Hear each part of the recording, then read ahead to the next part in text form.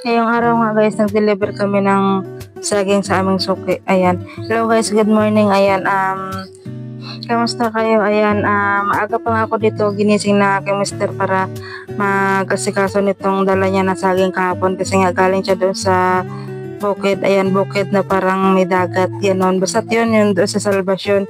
Ano siya tawag nila, baybay, pero parang bukid man yun. Kasi nga, di ba, daming pananim, kita niya naman.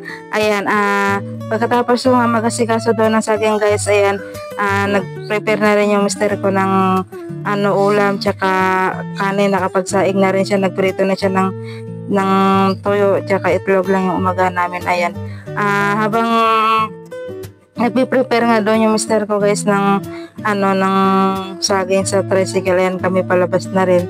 Tingnan nyo si Kiana, ayaw magpahawak, tingnan nyo. Ayaw mo magpahawak, tingnan lang natin kung hanggang saan. Hanggang saan yung galing mo. Ayan nga guys, nalaglag doon sa sa kanal. Hindi ko na sana isama ito yung video na to kasi lang, ayan, nandyan na.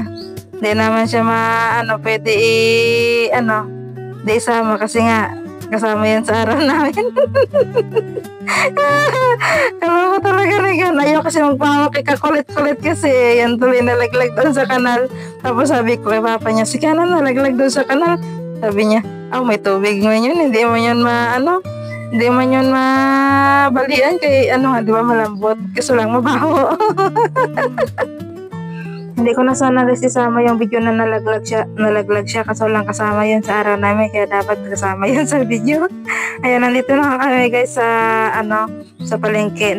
Nakitimbang lang kami dito sa kapitbahay ng aming dideliveran kasi nga wala pa yung dideliveran namin, kaya nakitimbang lang kami, tapos iiwan lang namin ito doon sa kanyang pwesto. Ayan, kasi nga aalis pa yung kasama ko. Babalik siya ng Salvation para magsundo kila mama doon kasi nga sila mama nag-iik ng palay ba, palay na yun yung pinagapas namin nakaraan, yung ngayon yung kaingin, yung giniik nila doon sa sa Salvation. Hanggang dito na lang guys, thank you for watching, bye bye, God bless.